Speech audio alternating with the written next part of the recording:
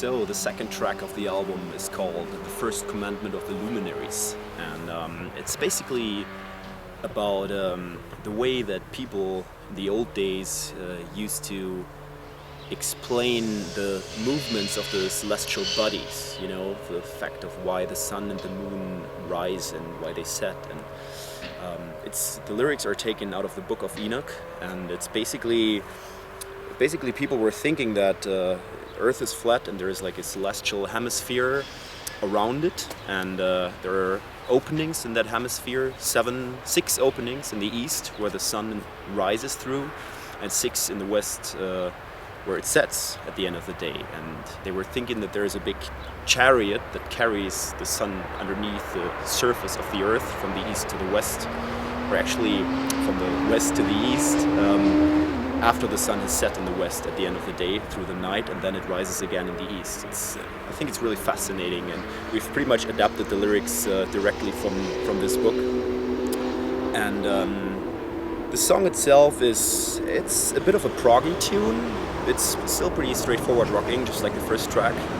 And there is this ambient, weird mid passage that is probably one of my favorite parts of the album. I think it starts out really mellow with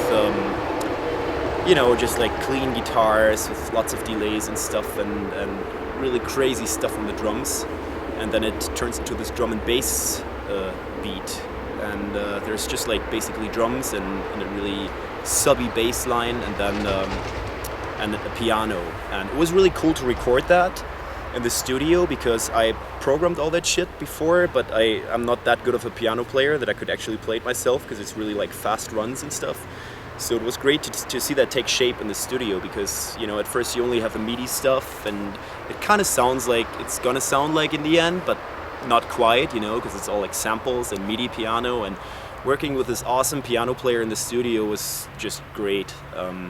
He just played it basically off the score sheet, and it was the first time I actually could really hear how my ideas would sound, transformed by a really good player. And it was a really cool moment. And we're actually gonna play this Friday in this nice venue behind me here, and the piano player is gonna be on stage with us, so that'll be cool.